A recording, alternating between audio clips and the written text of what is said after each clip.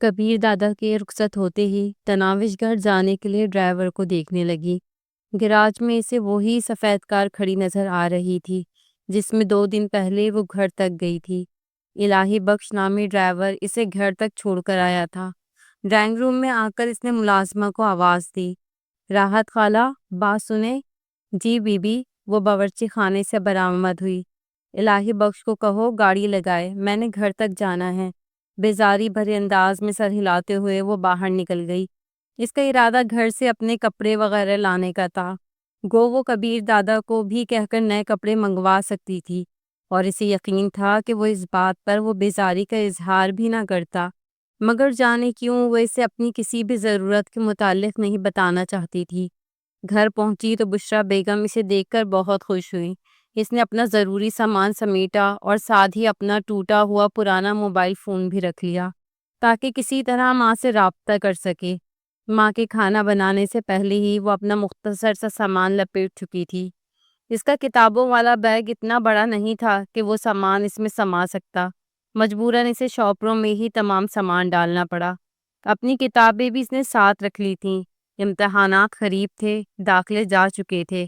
کبیر دادا سے بات کر کے وہ 12ویں کا امتحان تو دے ہی سکتی تھی۔ ماں سے الوداعی پیار لے کر وہ دروازے کی طرف بڑھ گئی۔ ڈرائیور اسے گھر سے برآمد ہوتے دیکھ کر کار سے نکلا اور جلدی سے اُبے دروازہ کھول دیا۔ خفیہ اڈے پر پہنچنے سے پہلے ہی اسے شہاب شاہ قصوری کی کال آ گئی تھی۔ وہ اس سے ملاقات کرنا چاہتا تھا۔ کبیر دادا نے اڈے میں گھسنے کے بجائے شہاب شاہ سے ملنا ضروری خیال کیا۔ اس کے حکم پر ڈرائیور نے گاڑی شہاب شاہ کی کوٹھی کی طرف موڑ دی۔ وہاں وہ اکیلا نہیں تھا۔ سپرنٹینڈنٹ پولیس ضمیر حسین اوڈھو، نوشاد علی خان آفریدی، بابر حیات اور نقیب اللہ جان وہاں موجود تھے۔ تمام جرم کی دنیا کے بڑے بڑے نام تھے۔ وہ تمام ڈرائنگ روم کے بجائے ملاقات کے کمرے میں ایک لمبی میز کے گرد بیٹھے تھے۔ صدارت کی کرسی پہ شہاب شاہ قصوری بیٹھا تھا۔ اس کے دائیں جانب پہلی کرسی کبیر دادا کے لیے خالی پڑی تھی۔ کبیر دادا کے بغل میں ایس پی بیٹھا تھا، جبکہ اس کے سامنے نوشاد خان آفریدی اور اس کے بغل میں اخلاق حسین شاہ براجمان تھا۔ کچھ کرسیاں خالی پڑی تھی۔ یقیناً وہاں تمام لوگ حاضر نہیں تھے۔ شاید کوئی خاص مسئلہ ہے جو اتنے معززین جمع ہیں، کبیر دادا نے اندر داخل ہوتے ہی مزاحیہ انداز میں کہا، اور اپنی نشست پر بیٹھ گیا۔ اس کی بات پر سوائے شہاب کے کسی کے چہرے پر مسکراہٹ نہیں ابھری تھی۔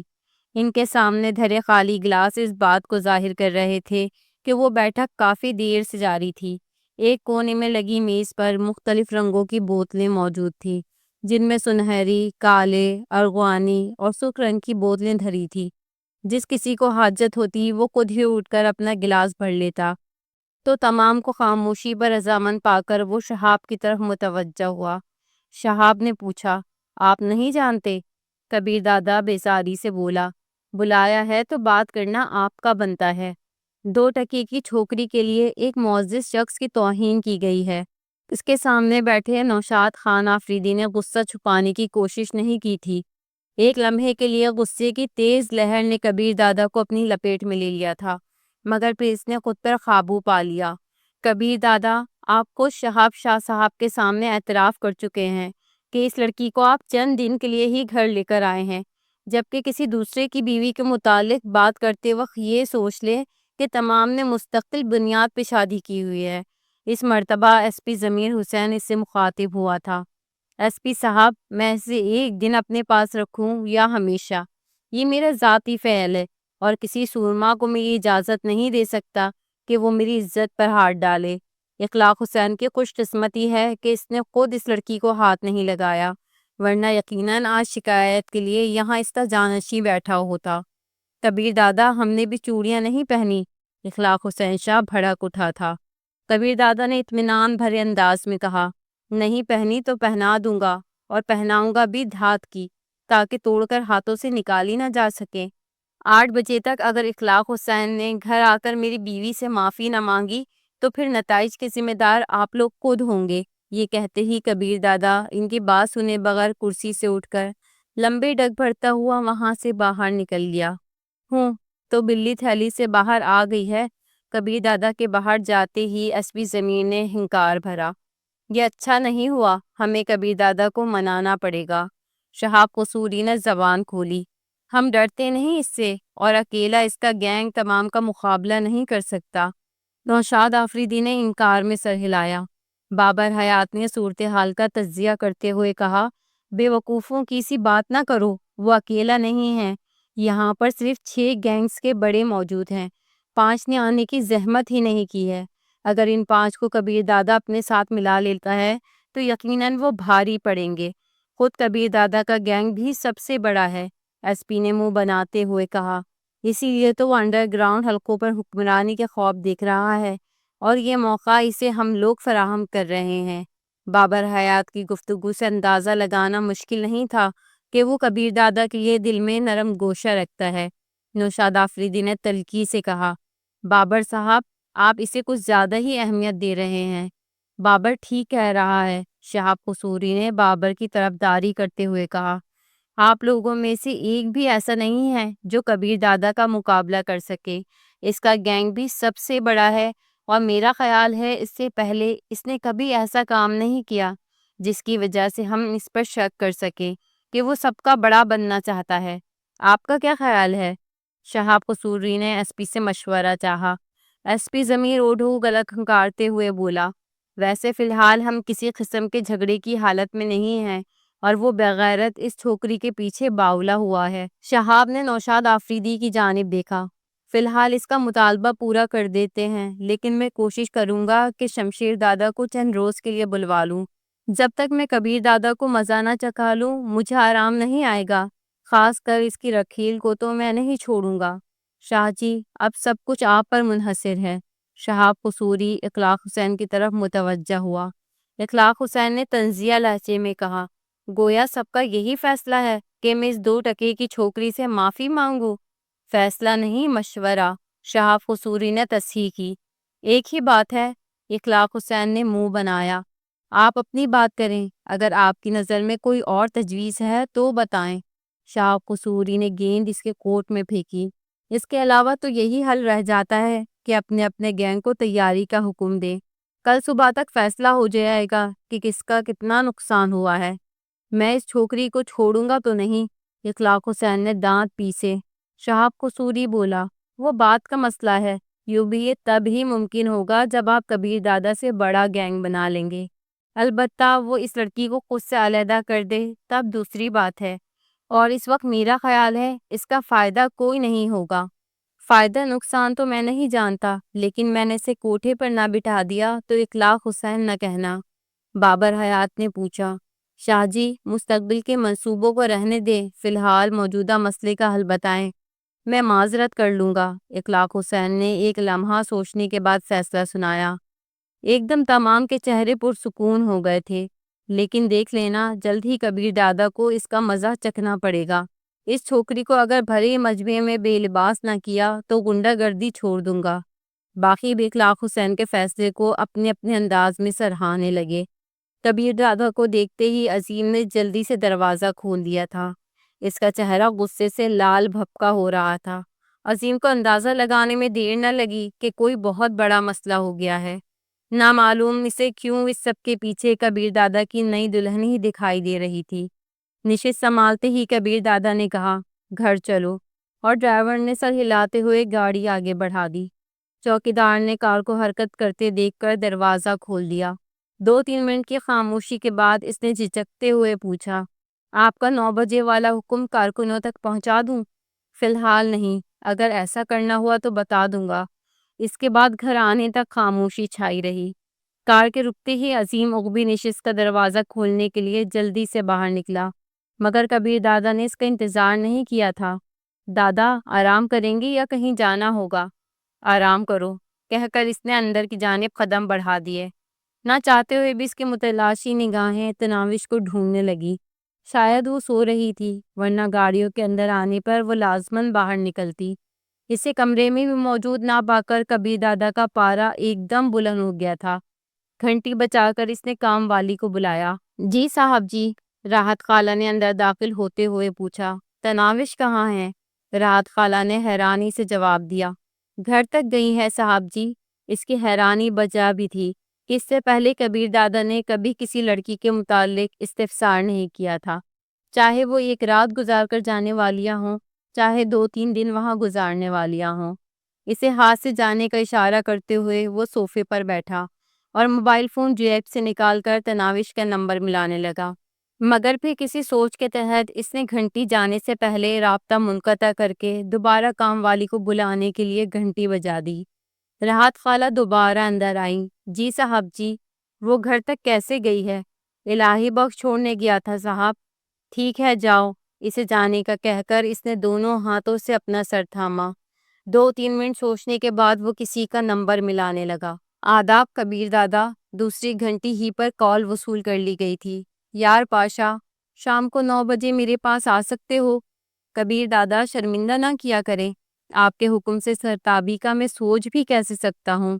وہ مزید بولا، کاشف راجپوت، اسد خان، شیر خان اور فصیح الدین کو بھی ساتھ لے آنا۔ پاشا ہنسا، کوئی میٹنگ وغیرہ ہے یا دعوت کر رہے ہیں؟ وہ صاف گوئی سے بولا، کوئی ضروری بات ہے۔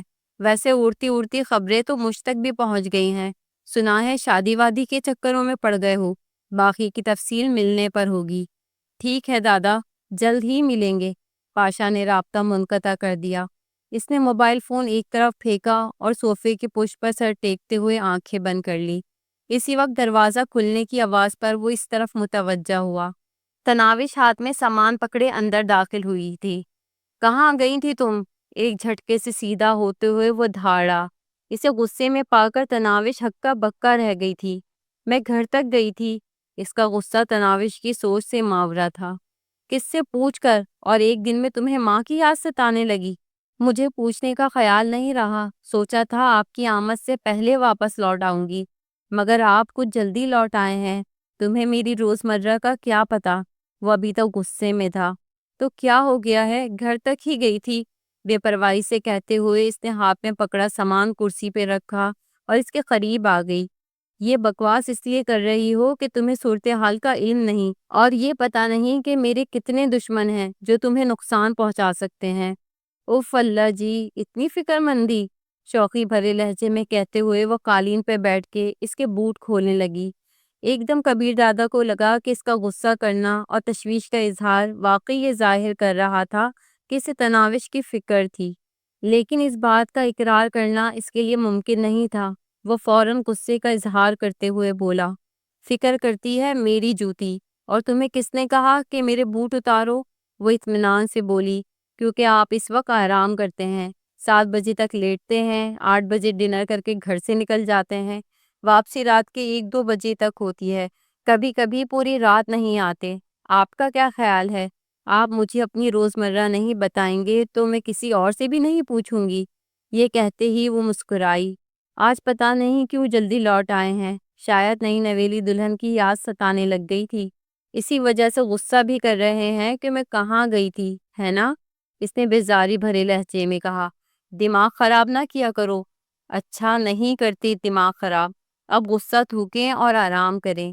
آج کے بعد پوچھے بغیر خوابگاہ سے بھی قدم باہر نہیں نکالوں گی۔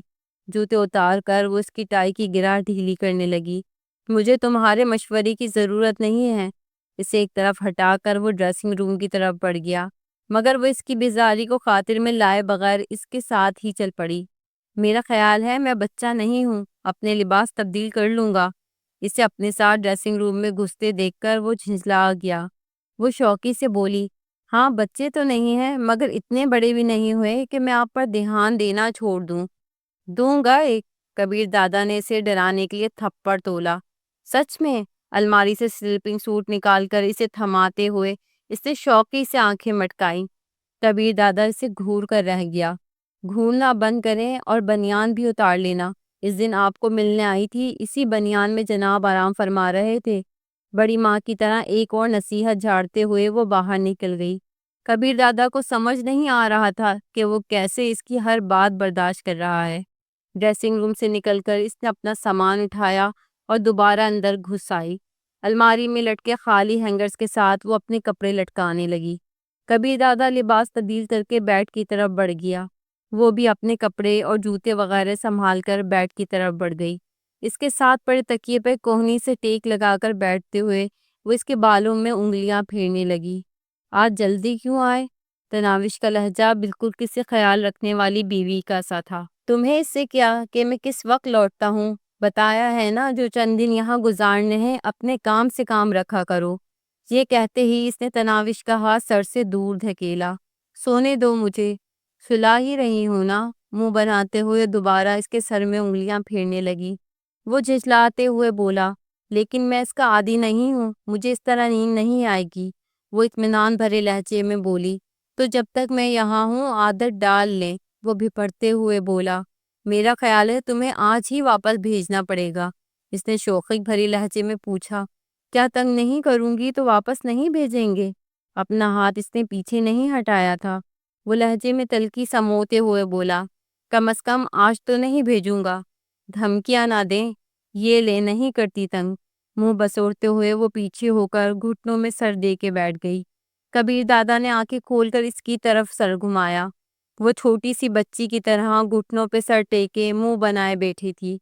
کبیر دادا کے ہونٹوں پر ہنسی نمودار ہوئی۔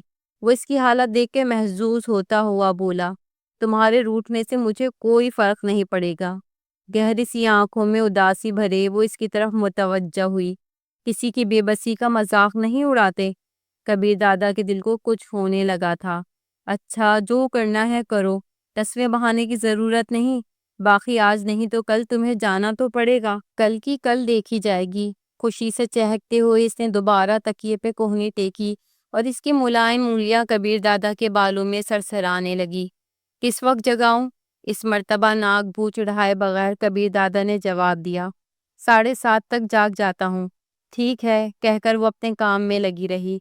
تھوڑی دیر بعد ہی کبیر دادا کے سانس بھاری ہوئے اور وہ نیند میں ڈوب گیا۔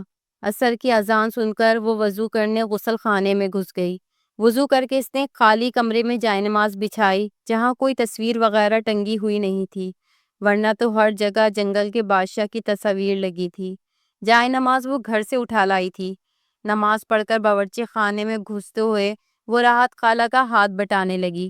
ساتھ ساتھ وہ کبیر دادا کی پسند و ناپسند وغیرہ کے بارے میں بھی راحت خالہ کو کریدتی رہی۔ مغرب کی نماز پڑھ کر وہ خوابگاہ میں داخل ہوئی۔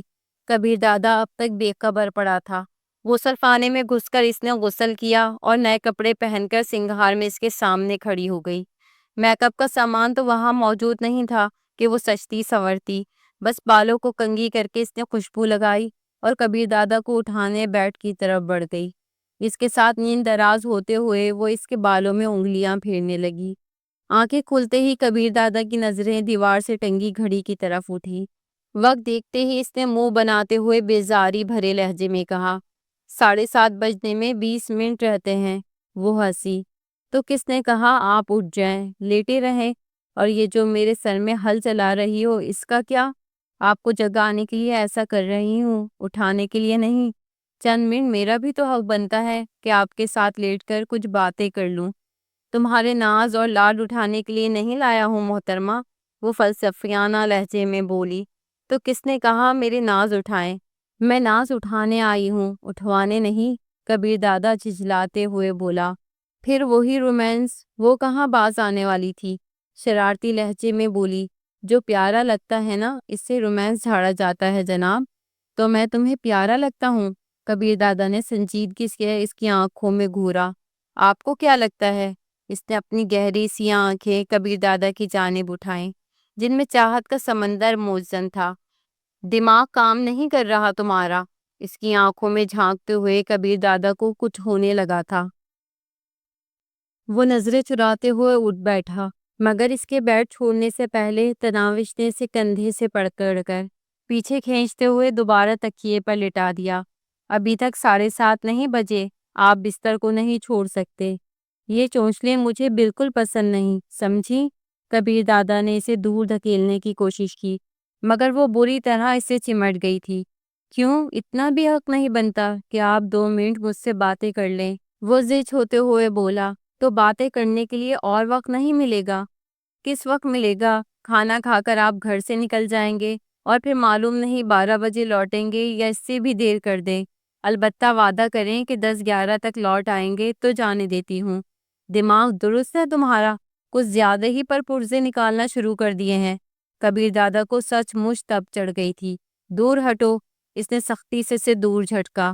بس 5 منٹ اور، 7:30 بجے چلے جانا۔ وہ ڈھیٹ پن سے اسے چمٹی رہی۔ اف، اٹھنے کا ارادہ ترک کرتے ہوئے کبیر دادا نے سر پکڑ لیا تھا۔ اس کے وہم و گمان میں بھی نہیں تھا کہ ایک ہی دن میں وہ اتنی بے تکلف ہو جائے گی جیسے برسوں کی آشنا ہو۔ کبھی کبھی تو اسے یوں ہی محسوس ہونے لگتا جیسے وہ واقعی میں اس کی محبوبہ ہو۔ اتنے ہی تنگ پڑ رہے ہیں تو یہ لیں، جائیں۔ وہ روٹتے ہوئے اس سے دور ہو گئی۔ شکریہ، وہ اٹھتے ہوئے بولا۔ اب برائے مہربانی چند دن ناراض ہی رہنا۔ مگر اس کے غسل خانے میں گھستے ہی وہ مسکراتے ہوئے اٹھی اور ڈریسنگ روم کی طرف بڑھ گئی۔ اس کے لیے استری شدہ سوٹ نکال کر اس نے باہر لٹکایا اور خود کھانا لینے چل دی۔ راحت خالہ اسے باورچی خانے میں ہی نظر آئی تھی۔ خالہ جان، آپ جائیں، آرام کریں۔ بتایا تھا نا، جب تک میں یہاں ہوں آپ باورچی خانے کی طرف سے بے فکر ہو جائیں۔ مگر بیٹی، اس نے فکر مندی سے کچھ کہنا چاہا۔ تناوش قطع کلامی کرتے ہوئے بولی، بحث کو چھوڑیں خالہ جان، میں یہ سب اپنی خوشی سے کر رہی ہوں۔ خوش رہو بیٹی۔ وہ دعا دیتے ہوئے باہر نکل گئی۔ تناوش چولہے پہ توا رکھ کر جلدی جلدی روٹیاں ڈالنے لگی۔ روٹیاں پکا کر اس نے کھانے کے برتن ٹرے میں سجائے اور خوابگاہ کی طرف بڑھ گئی۔ راحت خالہ نے اسے بتایا تھا کہ کبیر دادا کھانا وغیرہ کمرے ہی میں کھاتا تھا۔ ڈائننگ ہال کا وسیع کمرہ صرف مہمانوں کی آمد پر استعمال ہوتا تھا۔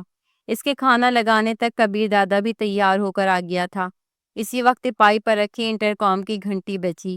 کبیر دادا نے ریسیور اٹھایا۔ چوکیدار نے مؤدبانہ لہجے میں کہا، سر، اخلاق حسین شاہ صاحب تشریف لائے ہیں، ڈرائنگ روم میں بھیج دیا ہے۔ ٹھیک ہے، مختصراً کہتے ہوئے اس نے ریسیور واپس رکھ دیا۔ میرا مہمان آ گیا ہے، تم کھانا کھا لو، میں بعد میں کھا لوں گا۔ تناوش کا جواب سنے بغیر وہ ڈرائنگ روم کی طرف بڑھ گیا۔ وہ بس خفا نظروں سے اسے گھورتی رہ گئی تھی۔ خوابگاہ سے نکلتے ہی اسے دروازے سے اندر داخل ہوتا ہوا اخلاق حسین نظر آیا۔ اس کے ہونٹوں پر ندامت بھری مسکراہٹ تھی۔ کبیر دادا نے آگے بڑھ کر اس سے مصافحہ کرتے ہوئے کہا، بیٹھیں شاہ جی۔ شکریہ کہتے ہوئے اس نے صوفے پر نشست سنبھالی۔ بھابھی نظر نہیں آ رہی؟ ہاں، وہ کمرے میں ہے، یہ کہتے ہی اس نے تناوش کو پکارا۔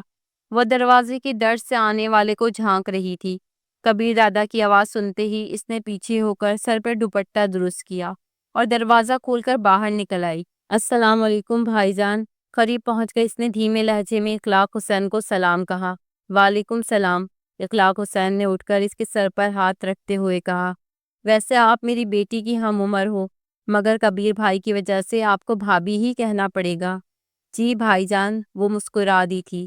آپ کی شادی پر تو آ نہیں سکا کہ آپ نے جھٹپٹ میں سب کچھ کر لیا۔ بہرحال میری طرف سے یہ حقیر سا تحفہ قبول فرما لیں۔ اخلاق حسین نے خوبصورت پیکنگ میں لپٹا ہوا ایک چھوٹا سا پیکٹ اس کی طرف بڑھایا۔ اس کی کوئی خاص ضرورت تو نہیں تھی بھائی جان، یہ کہتے ہوئے اس نے سوالیہ نظروں سے کبیر دادا کی طرف دیکھا اور اس کے اسبات میں سر ہلانے پر اس نے وہ پیکٹ پکڑ لیا۔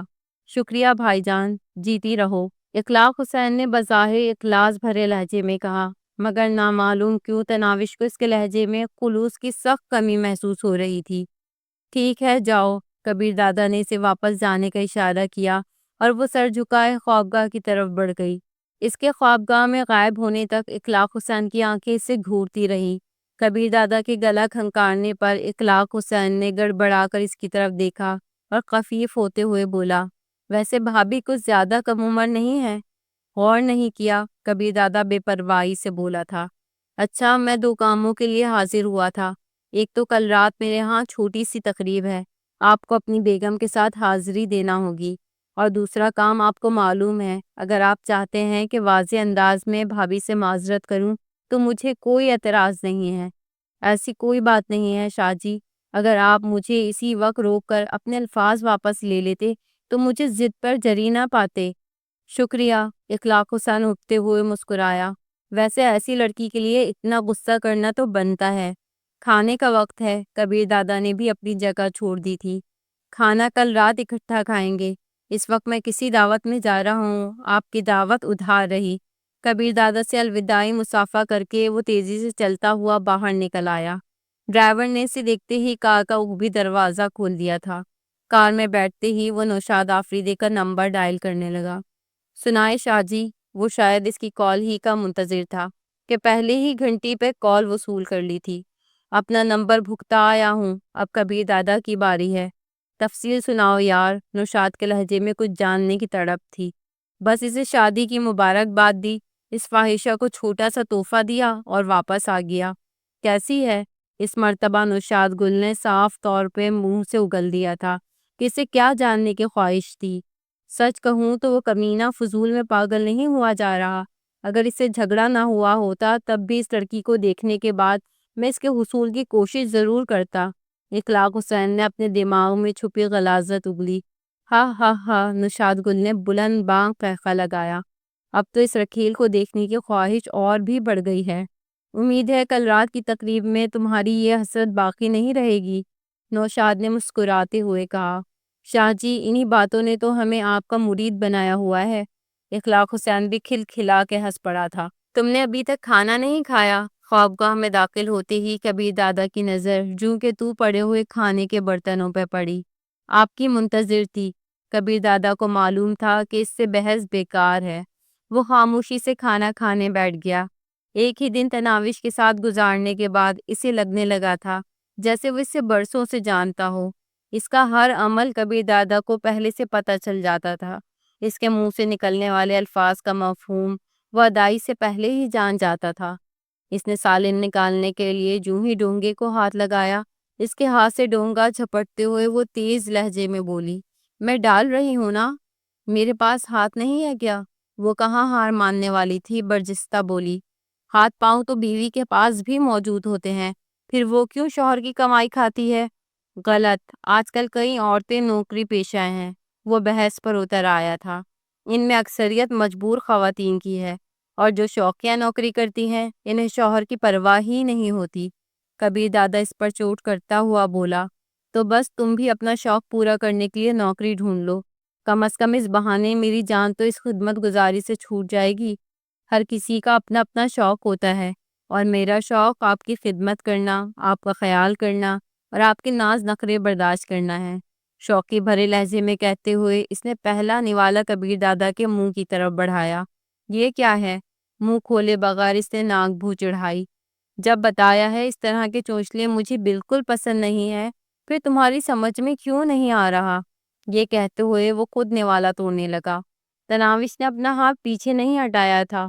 جو ہی اس نے نوالا منہ کی طرف لے جانا چاہا، تناوش نے بائیں ہاتھ سے اس کا ہاتھ پکڑ لیا۔ چہرے پہ غصہ طاری کرتے ہوئے کبیر دادا نے اس کی طرف دیکھا۔ وہ گھبرائے بغیر بولی، ہر بات پر ضد کرنا اچھی عادت نہیں ہے۔ ضد نہیں کر رہا، تمہاری بچکانی حرکتوں پر غصہ آ جاتا ہے۔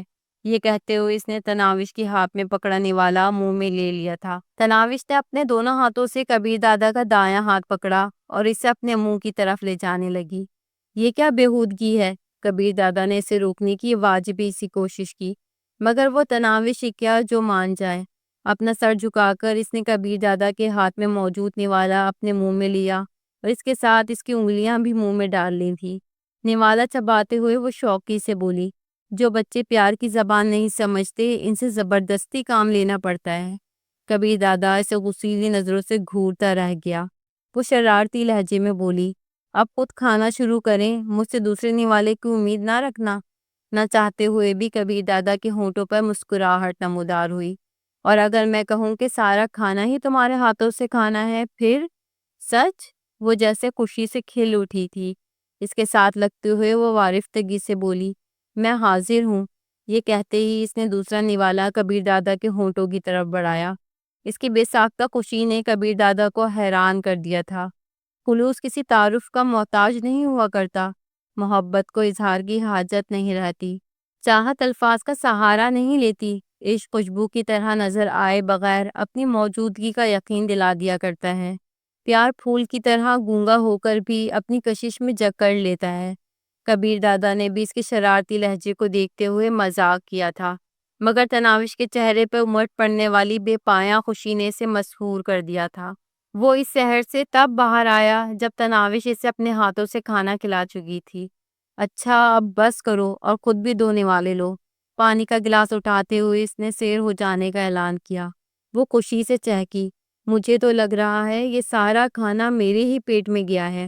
کبیر دادا نے منہ بنایا، احمقوں کے سین تو نہیں ہوتے، وہ شوقی سے گنگنائی۔ ایک ہمیں کو احمق کہنا کوئی بڑا الزام نہیں، دنیا والے دل والوں کو اور بہت کچھ کہتے ہیں۔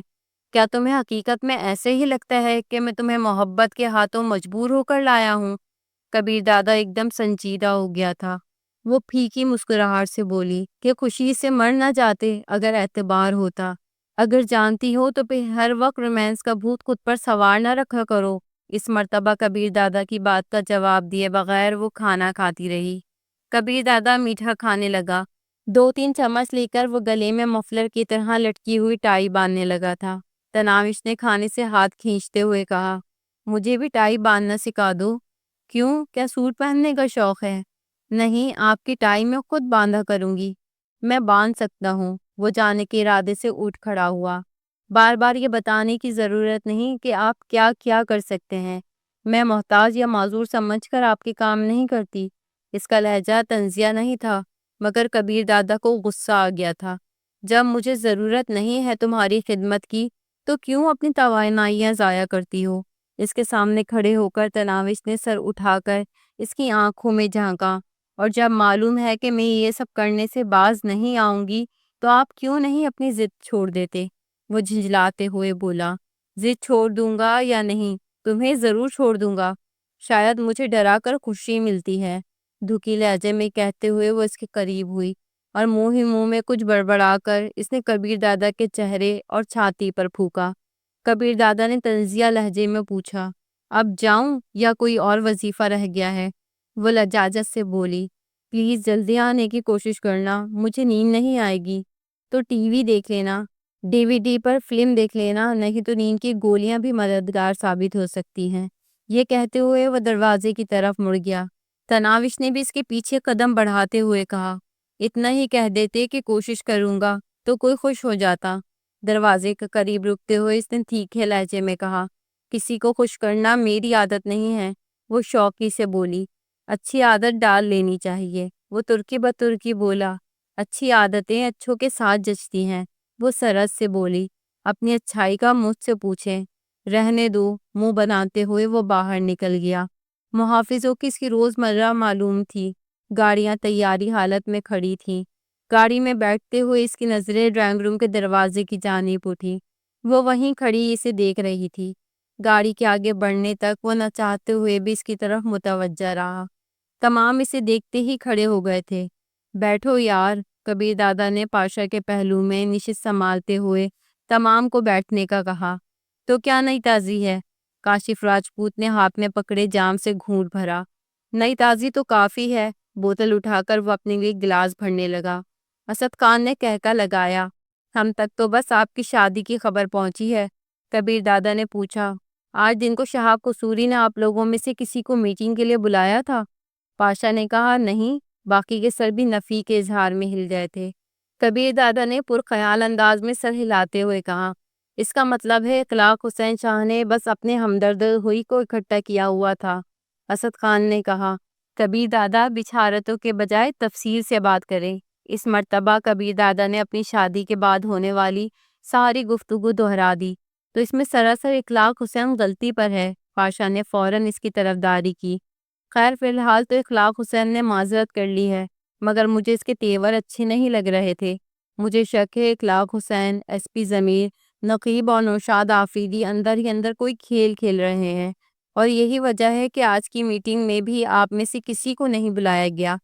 اب آپ ہم سے کیا چاہتے ہیں؟ پاشا مستفسر ہوا۔ وہ کبیر دادا کا شاگرد اور اچھا دوست تھا۔ کبیر دادا نے جواب دیا، مجھے بھی کسی کی طرفداری تو چاہیے ہوگی۔ یوں اکیلا میں تمام کا مقابلہ کر بھی لوں تو اپنا زیادہ نقصان کرا بیٹھوں گا۔ کبیر دادا، آپ اس لڑکی کے لیے 4 افراد کو قتل کر چکے ہیں اور ہمیں اس پر اعتراض بھی نہیں ہے۔ ہمیں تو یہ شکوہ ہے کہ آپ نے ایک گینگ کے سربراہ کو تشدد کا نشانہ بنایا ہے۔ اب وہ بدلہ لینے کے لیے آپ کے خلاف کوئی کارروائی کرے گا تو یقیناً لڑائی چھڑ جائے گی، اور ایسی لڑائی میں نقصان کس کا ہوگا؟ فصیح الدین ایک لمحے کے لیے رکا اور پھر تمام پر سرسری نگاہ دوڑاتے ہوئے گویا ہوا، ہم سب کا، اور ہم آپ کو یہی بات سمجھانے کی کوشش کر رہے ہیں۔ کبیر دادا اس کی دلیل سے متفق نہیں تھا، تو اس بارے میں اخلاق حسین کو بھی سوچنا چاہیے تھا۔ اسد خان بولا، اس نے غلط کیا ہے، مگر آپ کو نقصان پہنچانے کی کوشش نہیں کی۔ آپ بھی اس کی کسی منظور نظر کو اٹھا لیتے۔ کبیر دادا نے طنزیہ لہجے میں کہا، اس کی بیٹی بھی جوان ہے۔ کبیر دادا، آپ اس کی عزت اچھال رہے ہیں۔ فصیح الدین معترض ہوا، تو میری کوئی عزت نہیں ہے؟ ایک MNA اور گینگ کے سربراہ کی بیٹی اور ایک بازاری لڑکی کے درمیان فرق تو آپ جانتے ہوں گے۔ فصیح الدین، تمہیں شاید معلوم نہیں کہ وہ بازاری نہیں، خاندانی لڑکی ہے، اور یقیناً اخلاق حسین کی بیٹی سے کئی گنا عزت دار، شریف اور باکردار ہے۔ یہی وجہ ہے کہ وہ میری منکوہہ بن کر ہی میری خوابگاہ میں داخل ہوئی ہے۔ تمہیں سمجھا اس لیے رہا ہوں کہ میرے مہمان بن کر بیٹھے ہو، اور تم اس لیے کہا کہ آپ کا لفظ تم جیسے کے ساتھ لگانا مناسب نہیں لگتا۔ فصیح الدین ہاتھ میں تھاما گلاس میز پہ رکھتے ہوئے کھڑا ہو گیا۔ شکریہ، اور اب ایسی جگہ بات ہوگی جہاں تمہارے پاس یہ بہانہ نہ ہو کہ میں تمہارے گھر میں بیٹھا ہوں۔ آپ لوگ تو لڑنے لگے۔ فصیح الدین صاحب پلیز بیٹھیں۔ کاشف راجپوت نے بات سنبھالنے کی کوشش کی۔ راجپوت صاحب، اب ہم کسی کو شمشیر دادا بننے کی اجازت نہیں دیں گے۔ کل شہاب قصوری کے ہاں اس مسئلے پہ تفصیلی بات چیت ہوگی، اور جو غلطی پہ ہوا اس سے معافی مانگنا پڑے گی یا نتیجہ بھگتنا پڑے گا۔ یہ کہہ کر وہ لمبے قدم رکھتا ہوا باہر نکل گیا۔ شاید ہمیں بھی چلنا چاہیے، اسد خان نے خیال ظاہر کیا۔ میرا بھی یہی خیال ہے، شیر خان نے اس کی تائید کی۔ کیا میں نے غلط بات کی ہے؟ کبیر دادا اسد خان اور شیر خان کی طرف متوجہ ہوا۔ اسد خان نے کہا، اگر بات غلط نہیں بھی تھی تو انداز ضرور غلط تھا۔ آنے کے لیے شکریہ۔ کبیر دادا نے کھڑے ہو کر دونوں سے مصافحہ کیا اور دونوں بھی وہاں سے نکل گئے۔ البتہ کاشف راجپوت اور پاشا وہیں بیٹھے رہے۔ ان کے جاتے ہی پاشا نے کہا، اگر تھپڑ کی امان پاؤں تو ایک بات کہوں کبیر دادا؟ وہ کبیر دادا سے کافی بے تکلف تھا۔ کبیر دادا کی اجازت ہی سے اس نے علیحدہ گینگ بنایا تھا۔ کبیر دادا نے منہ بنایا، ایک تم ہی رہ گئے ہو، کہہ لو۔ کیا واقعی میں وہ آپ کو بہت پیاری ہے؟ نہیں، بالکل بھی نہیں۔ کبیر دادا نے نفی میں سر ہلایا۔ اگر اخلاق حسین نے بے عزتی نہ کی ہوتی تو شاید آنے والی صبح اسے ہمیشہ ہمیشہ کے لیے واپس بھیج دیتا۔ اب میری آنا کا مسئلہ آڑے آ رہا ہے۔ مجھے اس لڑکی کی نہیں، اپنی پرواہ ہے، کیونکہ ایک ایسی لڑکی جسے میں عارضی طور پر صحیح لیکن بیوی کا درجہ دے چکا ہوں، اس پر کوئی ہاتھ ڈالے یہ میری غیرت کو گوارا نہیں۔ اگر میں اسے نکاح پڑھا کر نہ لایا ہوتا تو یقیناً اتنا سخت رد عمل ظاہر نہ کرتا۔ پاشا بغیر لگی لپٹی بولا، آپ خود کو دھوکہ دے رہے ہیں یا ہمیں؟ کیا مطلب؟ کبیر دادا نے ناراضی بھرے لہجے میں پوچھا۔ کبیر دادا، میں نے علیحدہ گینگ ضرور بنا لیا ہے، مگر کوشش کے باوجود آپ سے علیحدہ نہیں ہو پایا ہوں۔ میں ہر دوسرے دن آپ کے محافظوں سے تفصیلی بات چیت کرتا ہوں، آپ کے بارے میں مکمل معلومات لیتا ہوں، اور آپ کے محافظ بھی جانتے ہیں کہ میں کیوں آپ سے باخبر رہنا چاہتا ہوں، اس لیے وہ کوئی بات نہیں چھپاتے۔ اور آپ نے کل جس کیفیت کے تحت یہ ساری کارروائی کی ہے، اس سے ان سطحی ذہنیت کے محافظوں نے بھی اندازہ لگا لیا تھا کہ آپ اپنے حواسوں میں نہیں تھے۔ آپ کو اس حالت میں انہوں نے پہلے کبھی نہیں دیکھا۔ ان کے نزدیک آپ لڑکی کو بہت زیادہ اہمیت دے رہے ہیں، اور یہ سچ ہے تو میں گزارش کروں گا کہ واپس لوٹ آئیں۔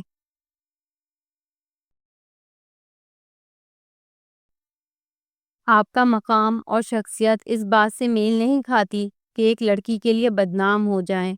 یار، آپ لوگوں کے نزدیک بھی میری زبان کی کوئی اہمیت نہیں؟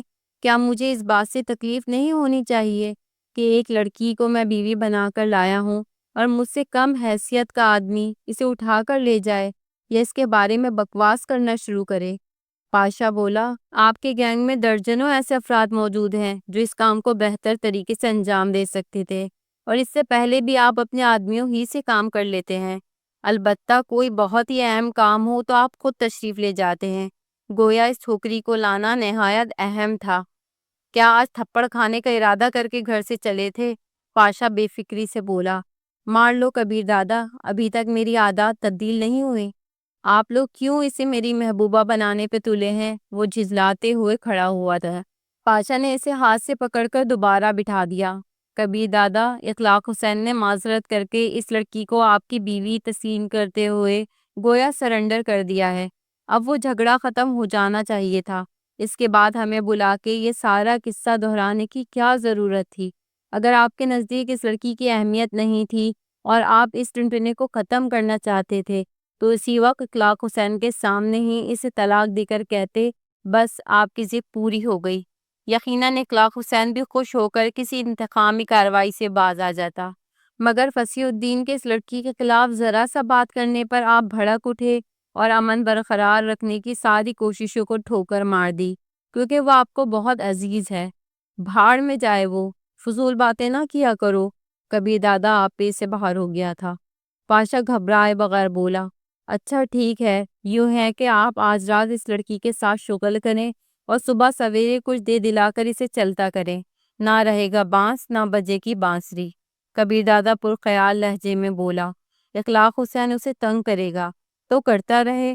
پاشا بے پرواہی سے بولا، آپ کی ذمہ داری دلاور شیخ تک محدود تھی، اسے پورے پاکستان کے مردوں سے بچانے کا ٹھیکہ آپ نے نہیں لے رکھا۔ آپ اس کے باڈی گارڈ نہیں، ایک گینگ کے سربراہ ہیں۔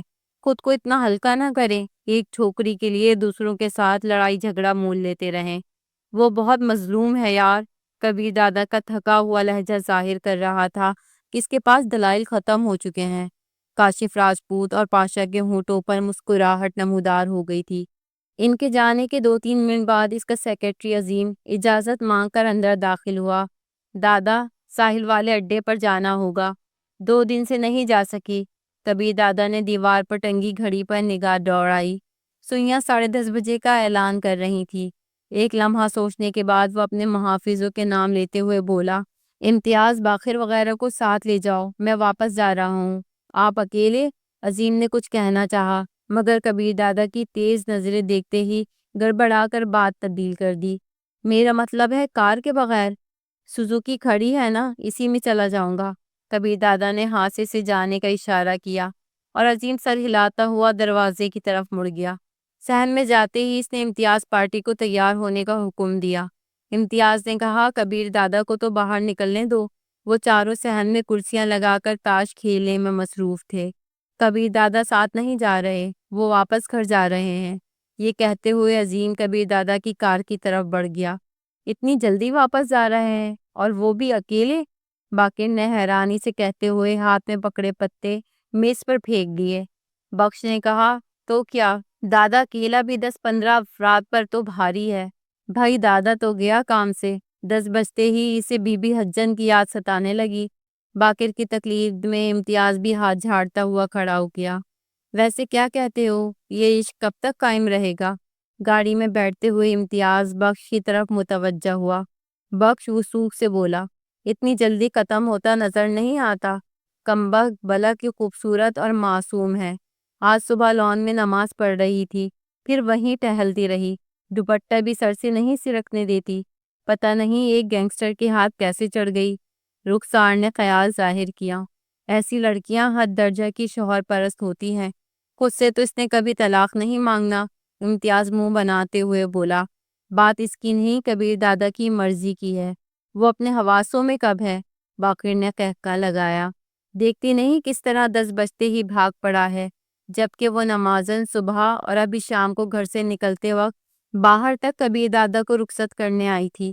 کار کے داخلی دروازے سے نکلنے تک وہ وہیں کھڑی کبیر دادا کی طرف متوجہ رہی۔ دادا بھی بار بار مڑ کر یوں دیکھ رہے تھے جیسے مجنوں لیلا کو دیکھا کرتا تھا۔ تمام باقر کی بات پر کھلکھلا کر ہنس پڑے تھے۔ کار کے ہارن کی آواز کان میں پڑتے ہی وہ اچھل کر کھڑی ہوئی اور بھاگتے ہوئے باہر نکل آئی۔ ڈرائنگ روم کے دروازے سے نکلتے ہی اس کی نظر سیمنٹ کی روش پہ رکتی ہوئی سوزوکی کار پر پڑی اور اس کی خوشی ایک دم مان پڑ گئی تھی۔ وہ کبیر دادا کی گاڑی نہیں تھی، یوں بھی وہ اکیلی کار میں سفر نہیں کیا کرتا تھا۔ وہ واپس مڑنے ہی لگی تھی کہ دروازہ کھول کر طویل قامت کبیر دادا کار سے برآمد ہوا۔ اس کے مایوسی بھرے چہرے پہ تبسم نمودار ہوا اور وہ وہیں جم گئی۔ کبیر دادا نے بھی اسے دیکھ لیا تھا۔ کار سے باہر نکل کر وہ اس سے انجان بنتا ہوا چوکیدار کو مخاطب ہوا، کار گراج میں کھڑی کروا دو۔ جی دادا کہہ کر چوکیدار ڈرائیور کو بلانے چل پڑا۔ وہ دروازے کی طرف بڑھ گیا جہاں تناوش چہرے پہ تبسم بکھیرے کھڑی تھی۔ آ گئے آپ؟ اس کے قریب پہنچتے ہی وہ کبیر دادا کے بازو سے چمٹ گئی۔ کہا تھا نا کہ تمہارے رومانس جھاڑنے سے مجھے کوفت ہوتی ہے۔ ملازمین کے سامنے منع کیا تھا نا، شوقی بھرے لہجے میں کہتے ہوئے وہ اس کے بازو سے چمٹی رہی۔ کالج کی یونیفارم کیوں پہنی ہوئی ہے اور کپڑے نہیں ہیں کیا؟ کبیر دادا جانتا تھا کہ وہ باز آنے والی نہیں ہے، اس لیے موضوع تبدیل کر دیا۔ کیوں نہیں ہے؟ لیکن میری سہیلیاں کہتی ہیں کہ یہ لباس مجھ پر بہت جچتا ہے اور ان کپڑوں میں زیادہ خوبصورت نظر آتی ہوں، بس اس لیے پہن لیے۔ سچ ہی کہتی ہیں۔ کبیر دادا کے اندر کہیں دور سے ایک آواز ابھری جس اس کے ہونٹوں تک رسائی حاصل نہیں ہو پائی تھی۔ اس نے منہ بنایا، تو خوبصورت لگنے سے کیا ہوگا؟ وہ شرارتی لہجے میں بولی۔ بیوی کا مقصد اپنے شوہر کو خوش کرنا ہوتا ہے، سوچا شاید اس طرح آپ کو زیادہ پیاری لگوں۔ دماغ خراب ہے تمہارا۔ وہ تو ہے، اگر خراب نہ ہوتا تو آپ سے پیار کرتی۔ منت کس نے کی ہے؟ کبیر دادا کو جانے کیوں اس کی بات سن کر غصہ آ گیا تھا۔ اپنا بازو اس کی گرفت سے آزاد کراتے ہوئے وہ صوفے پر بیٹھ گیا۔ تناوش کھلکھلاتے ہوئے قالین پہ بیٹھ کر اس کے بوٹوں کے تسمے کھولنے لگی۔ غصے میں اور بھی پیارے لگنے لگتے ہو۔ Shut up! اسے لگا تھا تناوش اسے چڑھا رہی ہے۔ ایسا بھی کیا غلط کہہ دیا ہے؟ اس کے بوٹ اتار کر ایک جانب رکھتے ہوئے تناوش نے اس کے گھٹنوں پر تھوڑی رکھ کر اس کی آنکھوں میں جھانکنے لگی۔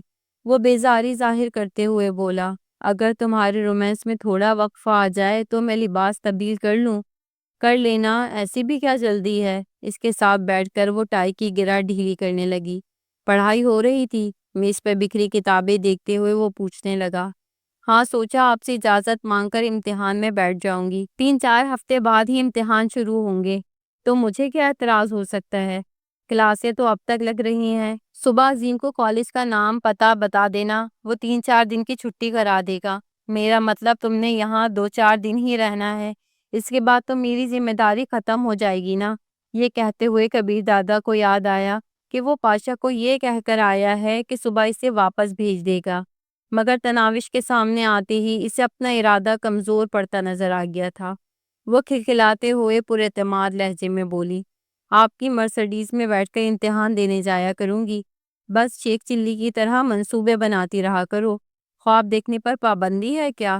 اس مرتبہ اپنا دکھ چھپا نہیں پائی تھی۔ اس کی بات کبیر دادا کو برچھی کی طرح لگی تھی۔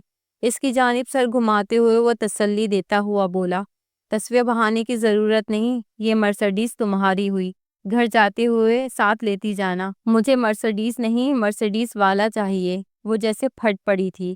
ناممکن ہے، وہ بگڑ کر بولی، میں یہیں رہوں گی، کہیں نہیں جانے والی، سمجھے آپ؟ دماغ خراب نہ کیا کرو۔ ٹھیک کب تھا؟ زیادہ بکواس نہ کیا کرو، مار کھاؤ گی۔ اچھا چھوڑے نا جھگڑے کو، یہ بتائیں آج جلدی کیوں لوٹ آئے؟ میری پرچون کی دکان نہیں ہے کہ لگی بندی روزمرہ ہوگی، کوئی ضروری کام نہیں تھا تو لوٹ آیا ہوں۔ ممکن ہے ابھی کال آ جائے اور جانا پڑے۔ ابھی تو نہیں جانے دوں گی۔ قریب ہو کر اس نے سر کبیر دادا کے کندھے پہ رکھ دیا۔ جانتی ہو تمہاری محبت جتانے اور چاہت کے اظہار پر مجھے اتنی کوفت ہوتی ہے کہ جی چاہتا ہے تمہیں بغیر لمحہ ضائع کیے گھر بھیج دوں۔ بیزاری ظاہر کرتے ہوئے کبیر دادا نے اسے دور نہیں دھکیلا تھا۔ وہ شرارتی لہجے میں بولی، اگر وعدہ کرو کہ ایسا نہ کرنے پر مجھے گھر نہیں بھیجو گے تو کبھی ایسا نہیں کروں گی۔ ابھی تک اس تحفے کو نہیں کھولا؟ اچانک کبیر دادا کی نظر اخلاق حسین کے دیے ہوئے تحفے پر پڑی، جو ویسے ہی پیک شدہ تپاہی پر پڑا تھا۔ آپ کا دوست بظاہر تو اخلاق کا مظاہرہ کر رہا تھا، مگر مجھے یوں محسوس ہوا جیسے اس نے دل سے یہ تحفہ نہیں دیا۔ کبیر دادا کو اس چھوٹی سی لڑکی کے مشاہدے پر خاصی حیرانی ہوئی تھی۔ وہ اس بات میں سر ہلاتے ہوئے بولا، صحیح سمجھا، وہ دوست نہیں ہے، بس دوستی کا نقاب پہن کر آیا تھا۔ حقیقت میں وہ میرا سب سے بڑا مخالف ہے۔ تناوش اس کا بازو چھوڑ کر تپائی کی طرف بڑھی اور تحفے کو اٹھا کر کوڑا کرکٹ کی ٹوکری میں پھینک دیا۔ یہ کیوں؟ کبیر دادا نے حیرت بھرے لہجے میں پوچھا۔ وہ بے پرواہی سے بولی، دشمن سے میں زندگی کا تحفہ بھی قبول نہ کروں۔ وہ میرا دشمن ہے۔ کبیر دادا نے اسے یاد دلایا، کیا آپ کے دشمن کو میں خیر خواہ سمجھ سکتی ہوں؟ کبیر دادا اس کی بات کا جواب دیے بغیر ڈریسنگ روم کی طرف بڑھ گیا۔ تناوش اپنی کتابیں سمیٹ کر اس کے پیچھے بڑھ گئی تھی۔ لباس تبدیل کر کے وہ الماری کی طرف بڑھا۔ تناوش اس کے کپڑے ہینگر میں لٹکانے لگی۔ الماری کو تالا کس نے کیا ہے؟ میں نے۔ بیڈ کی طرف بڑھتے ہوئے وہ اطمینان بھرے لہجے میں بولی، بوتل نکال کر ریک پر رکھ دی ہے نا؟ ریک سے بوتل اٹھا کر وہ صوفے پہ آ بیٹھا۔ ایک اور بوتل بھی لے آؤ۔ ایک کافی ہے۔ تکیے پر نیم دراز ہوتے ہوئے تناوش نے منہ شگافی کی، میں سمجھا نہیں۔ گلاس منہ سے لگاتے ہوئے وہ اس کی طرف متوجہ ہوا۔ میں نے کہا ایک بوتل پر گزارا کریں، دماغ جگہ پر ہے تمہارا یا کل والی بے عزتی بھول گئی ہو؟ تناوش خاموشی سے اسے گھورتی رہی۔ جواب دینے کی ضرورت اس نے محسوس نہیں کی تھی۔ کبیر دادا بھی مزید کچھ کہے پینے کی طرف متوجہ ہو گیا۔ بوتل خالی کر کے وہ اس کی طرف بڑھا۔ چابی کہاں ہے؟ اس نے اپنا ہاتھ آگے بڑھایا۔ تناوش نے اس کے بازو کو دونوں ہاتھوں سے پکڑ کر اپنی جانب کھینچا۔ بس کرینا، ایک بوتل کافی ہے۔ دوں گا ایک، غصے بھرے لہجے میں کہتے ہوئے اس نے تھپڑ تولا۔ دھمکی نہ دیں، مار لیں۔ تناوش نے اپنا رخسار اس کی جانب سیدھا کیا۔ بکواس بند کرو، چابی ادھر دو۔ کبیر دادا کا غصہ بڑھنے لگا۔ مجھے آدھا گھنٹہ دو، اگر سلا نہ دیا تو پی لینا۔ کبیر دادا کو زبردستی بٹھانے کی کوشش کرتے ہوئے تناوش نے لگاوٹ ظاہر کی۔ وہ ضد ہوتے ہوئے بولا، آخر تمہیں مسئلہ کیا ہے؟ مسئلہ یہ ہے کہ جو 2 دن یہاں ہوں مجھے بھی وقت چاہیے۔ وہ دھاڑا، نہیں ہو تم 2 دن یہاں، صبح دفع کر دوں گا تمہیں۔ اتنا غصہ کرتے ہیں آپ، ملازم سنیں گے تو کیا کہیں گے کہ چھوٹی سی لڑکی کو ڈانٹ رہے ہیں آپ؟ وہ اسے بچوں کی طرح پچکارنے لگی۔ چابی ادھر کرو، کہہ دیا نا نہیں دوں گی۔ روزانہ ایک بوتل پہ گزارا کرنا پڑے گا۔ کبیر دادا جانتا تھا کہ ایک تھپڑ کھا کر اس نے بے ہوش ہو جانا تھا، اور زبانی کلامی وہ مان کر نہیں دے رہی تھی۔ وہ لہجے میں تھوڑی نرمی پیدا کرتے ہوئے بولا، دیکھو تناوش، میرے کاموں میں مداخلت کرنا بند کر دو۔ میں اپنا اچھا برا جانتا ہوں، اگر اچھی چیز ہے تو میں بھی پیوں گی۔ وہ ضد ہوتے ہوئے بولا، تو منع کس نے کیا ہے؟ وہ کھلکھلا کر ہنسی۔ کتنے برے ہیں آپ، چھوٹی سی بچی کو شراب پینے کی ترغیب دے رہے ہیں۔